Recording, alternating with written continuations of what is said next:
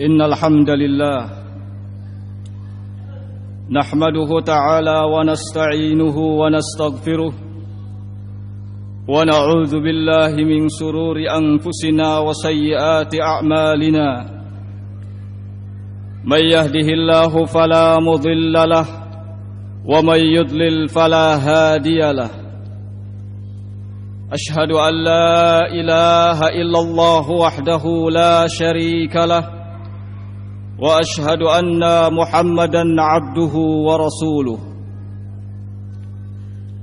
يا أيها الذين آمنوا اتقوا الله حق تقاته ولا تموتن إلا وأنتم مسلمون يا أيها الناس اتقوا ربكم الذي خلقكم من نفس واحدة وخلق منها زوجها وبث منهما رجالا كثيرا ونساء واتقوا الله الذي تساءلون به والأرحام إن الله كان عليكم رقيبا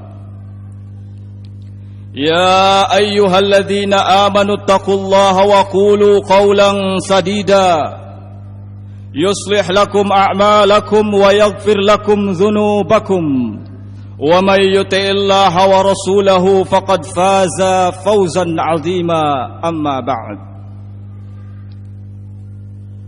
فإن أصدق الحديث كتاب الله وخير الهدي هدي محمد صلى الله عليه وعلى آله وسلم وشر الأمور محدثاتها فإن كل محدثة بدعة وكل بدعة ضلالة wa kulla dhalalatin finnar.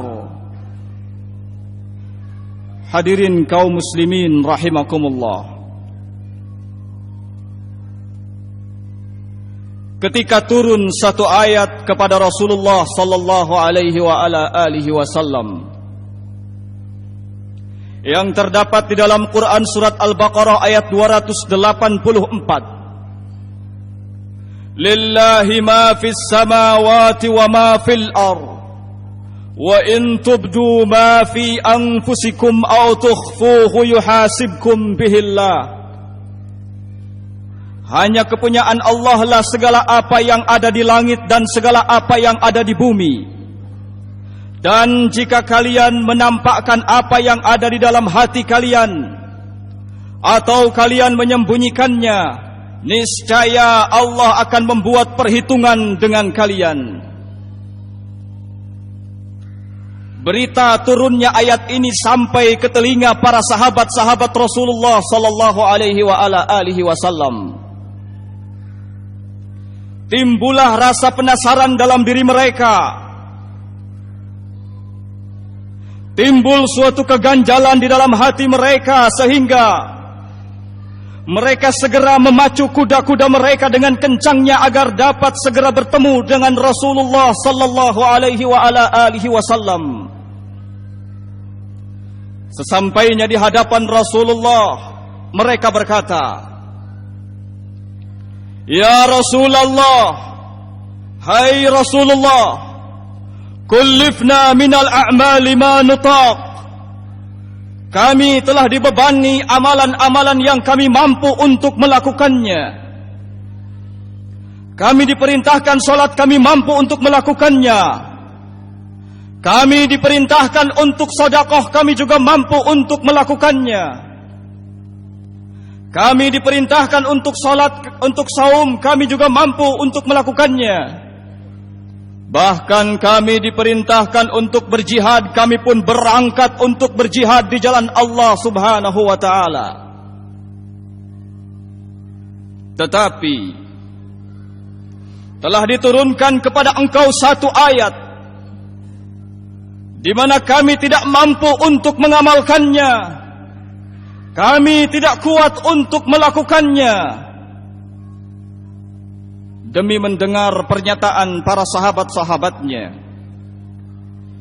maka Rasulullah sallallahu alaihi wa ala alihi wasallam menegur mereka dengan keras. Aturiduna an taqulu kama qala ahlul kitabain? Apakah kalian akan mengatakan seperti apa yang telah dikatakan oleh ahlul kitab sebelum kalian?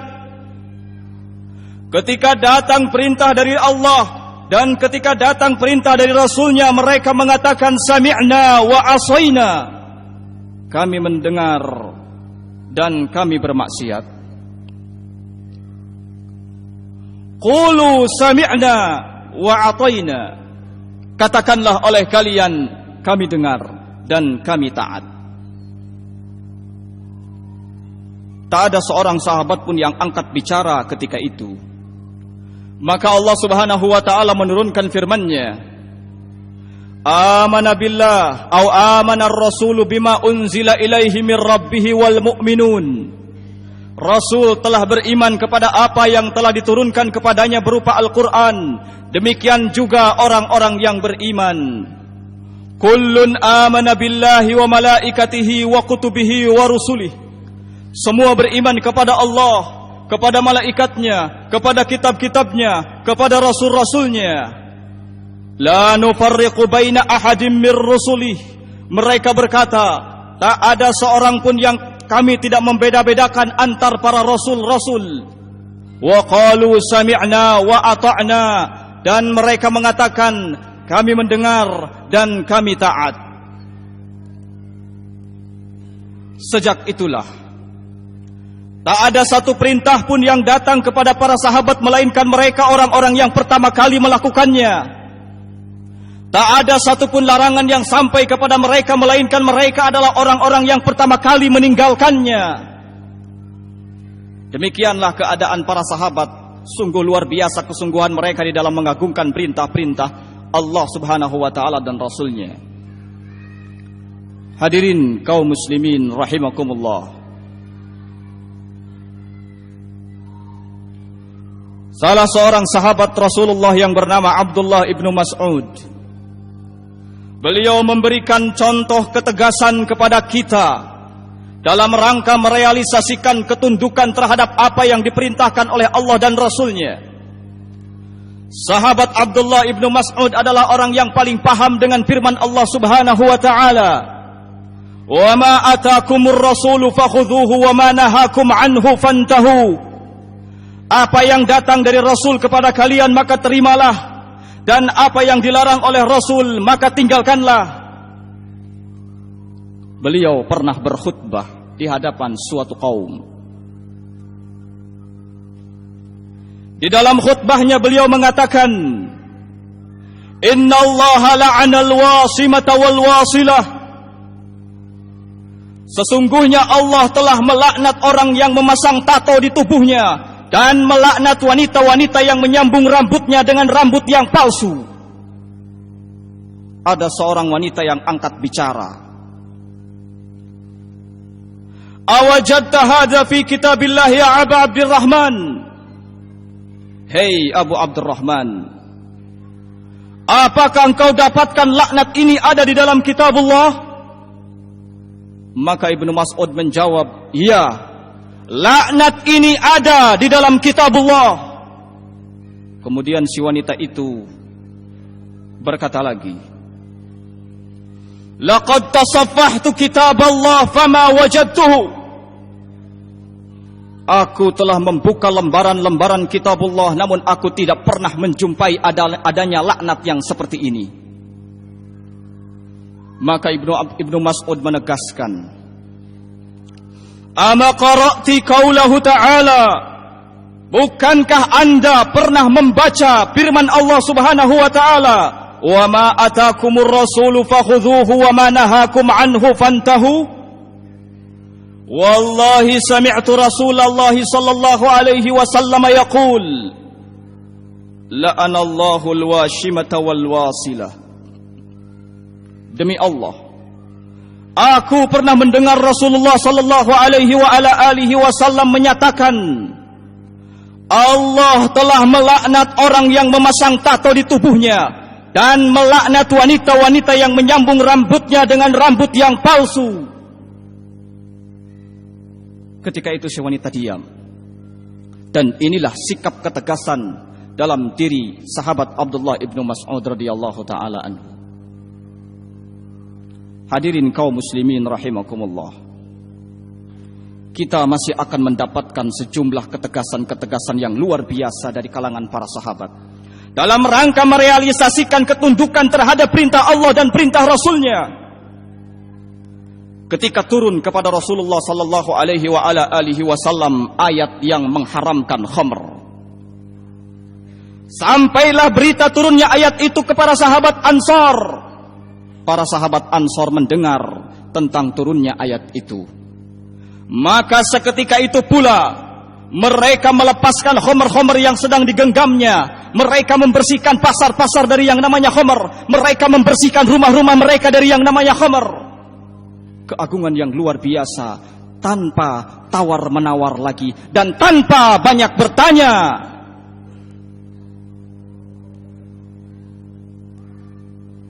Kita masih akan menjumpai hal yang serupa.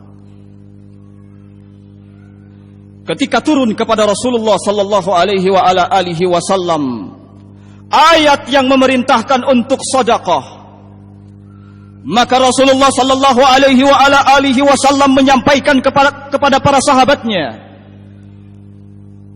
Tak lama kemudian para sahabatnya datang berbondong-bondong kepada Rasulullah sallallahu alaihi wasallam. Di antara mereka ada yang membawa sedekah dalam jumlah yang banyak. Di antara mereka ada yang membawa sedekah dalam jumlah yang sedang-sedang saja.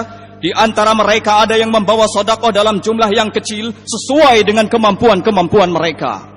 Kendatipun ketika itu orang-orang munafik mulai mencemoohkan dan mengejek mereka, para sahabat ridwanullah alaihim ajmain. Sungguh luar biasa kalau kita lihat sosok Abu Dzar Al-Ghifari, semoga Allah Subhanahu wa taala meridhoinya. Ketika Rasulullah sallallahu alaihi wasallam menyampaikan sabdanya, salasatun, ada 3 golongan. La yukallimuhumullah, Allah tidak akan mengajak bicara kepada mereka. Wala yuzakkihim, Allah tidak akan mensucikan mereka. Wala yanzuru ilaihim, Allah tidak akan melihat kepada mereka. Walahum adzabun azim, dan mereka akan mendapatkan siksa yang sangat berat. Maka Abu Dzar Al-Ghifari tersentak hatinya. Bukan dalam rangka menentang apa yang dinyatakan oleh Nabi, bukan dalam rangka mencemoohkan apa yang dikatakan oleh Nabi, tetapi beliau khawatir kalau dirinya termasuk ke dalam 3 golongan yang dikategorikan oleh Rasulullah sallallahu alaihi wasallam itu. Beliau berkata, qad khaba wa khasira man ulaika ya Rasulullah. Sungguh 3 golongan itu adalah golongan yang merugi. Siapa mereka ya Rasulullah?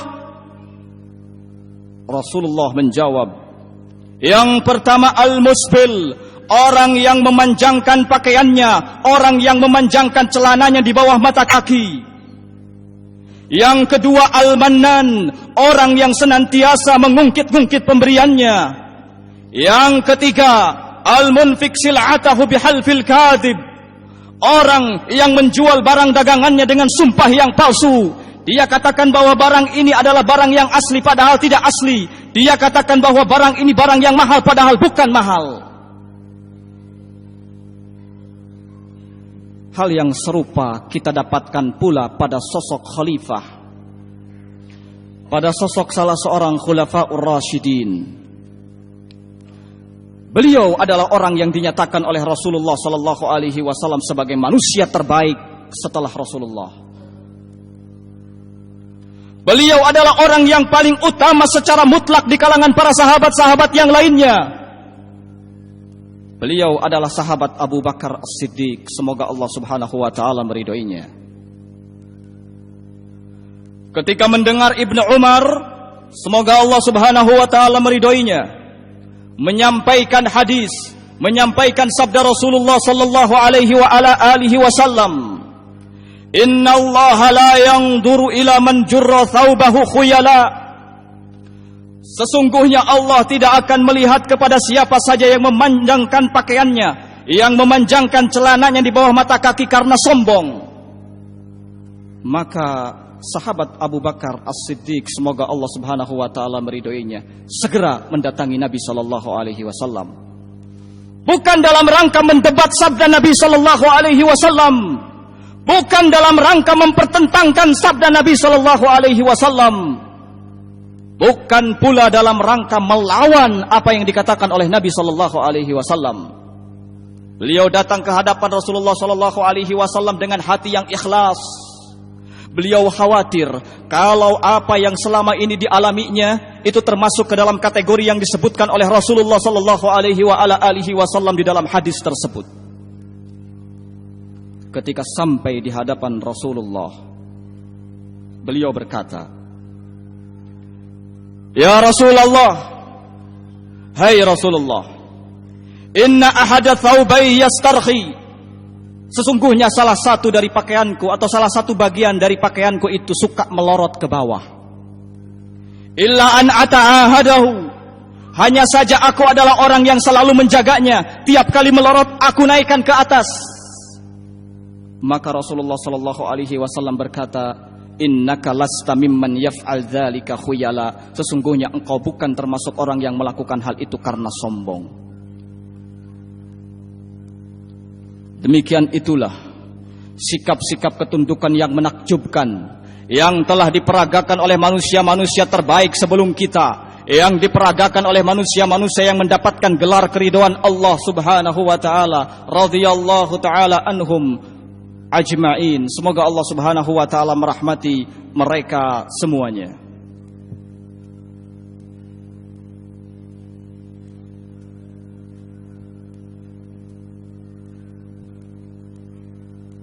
Alhamdulillah,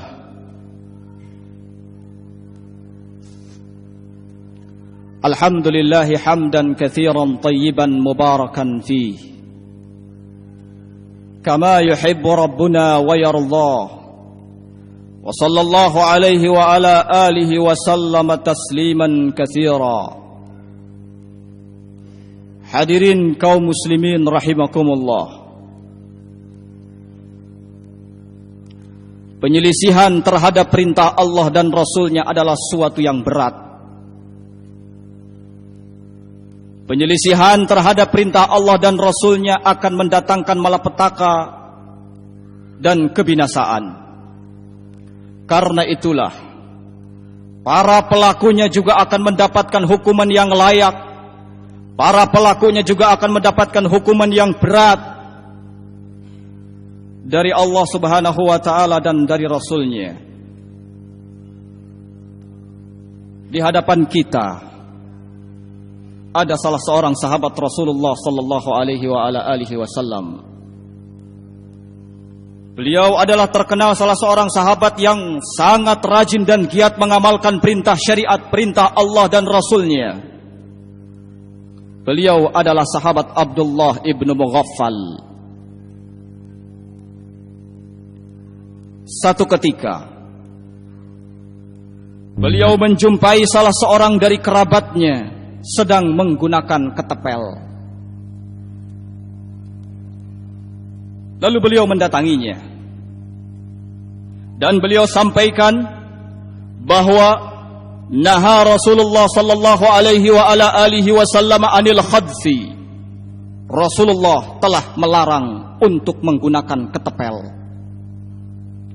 Karena Rasulullah sallallahu alaihi wa ala alihi wasallam bersabda, "Innahu la yaqtulu saydan."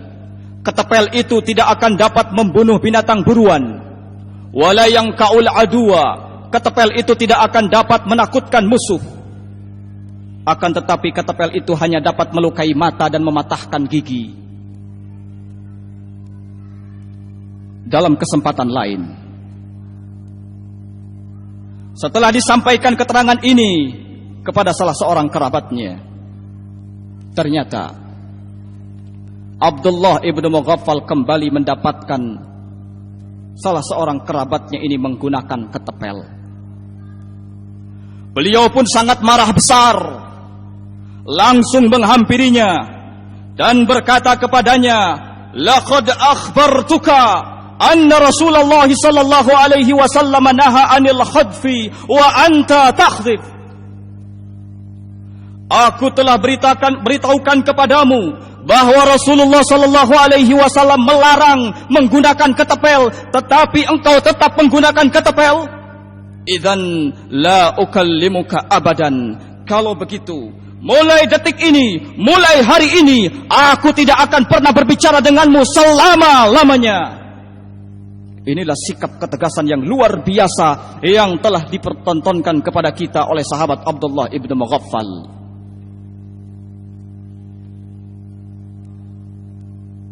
Lain lagi dengan sahabat Abdullah ibn Umar. Satu ketika beliau berkhutbah. Di dalam khutbahnya beliau menukil sabda Rasulullah sallallahu alaihi wa ala alihi wasallam, "La tamna'u nisa'akum masajidallah." Jangan kalian larang wanita-wanita kalian untuk datang ke masjid. Tiba-tiba di antara hadirin yang mendengarkannya ada yang angkat bicara.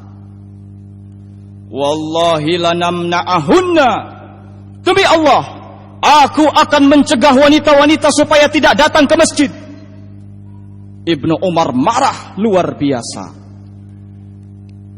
Apalagi setelah diketahui bahwa orang yang berbicara itu ternyata anaknya sendiri yang bernama Bilal. Maka Abdullah ibn Umar mencaci maki Bilal dengan caci makian yang sangat keras. Tidak pernah beliau mencaci seseorang sekeras itu. Langsung menghampirinya dan berkata, "Aku telah sampaikan kepadamu sabda Rasulullah sallallahu alaihi wasallam bahwa jangan kalian larang wanita-wanita untuk datang ke masjid, sementara engkau berani mengatakan demi Allah aku akan melarang mereka." Ibnu Umar marah. Sampai menjelang wafatnya beliau tidak pernah mau menerima dan melihat anaknya itu yang bernama Bilal. Setelah itu Bilal pun merasa menyesal atas apa yang telah dilakukannya. Kemudian ia pun bertaubat kepada Allah Subhanahu wa taala dan ia mulai kembali untuk senantiasa menata hidupnya dengan penuh ketundukan dan penerimaan terhadap apa yang telah ditetapkan oleh Allah Subhanahu wa taala dan Rasul-Nya. Inilah pemandangan yang indah dan sangat menakjubkan. Sebagai contoh dan pelajaran bagi kita, siapa yang menjamin kalau kita akan masuk surga? Siapa yang menjamin kalau kita diridhoi oleh Allah Subhanahu wa taala? Sedangkan para sahabat, mereka adalah orang-orang yang telah mendapatkan jaminan keridhaan Allah Subhanahu wa taala. Mengapa kita berperilaku sombong? Mengapa kita berperilaku menentang terhadap ketetapan Allah Subhanahu wa taala dan Rasul-Nya? Setiap perintah yang datang kepada mereka para sahabat, maka seketika itu para sahabat melakukannya. Mereka tidak pernah bertanya apakah perintah ini hukumnya wajib ataukah perintah ini hukumnya sunnah. Setiap kali datang larangan kepada mereka dari Allah dan Rasul-Nya, mereka tidak pernah bertanya apakah larangan ini larangan haram ataukah larangan ini larangan yang makruh. Tidak pernah mereka bertanya-tanya seperti itu. Lantas mengapa? Mengapa kita selalu mempertanyakan apakah ini sunnah ataukah wajib ketika datang perintah? Mengapa kita selalu mempertanyakan apakah ini larangan haram ataukah larangan makruh? Padahal kita adalah orang-orang yang lemah dan belum tentu mendapatkan jaminan dan pengamanan dari Allah Subhanahu wa taala. Sedangkan mereka saja kegigihannya, kesungguhannya luar biasa di dalam mengamalkan perintah Allah Subhanahu wa taala dan Rasul-Nya.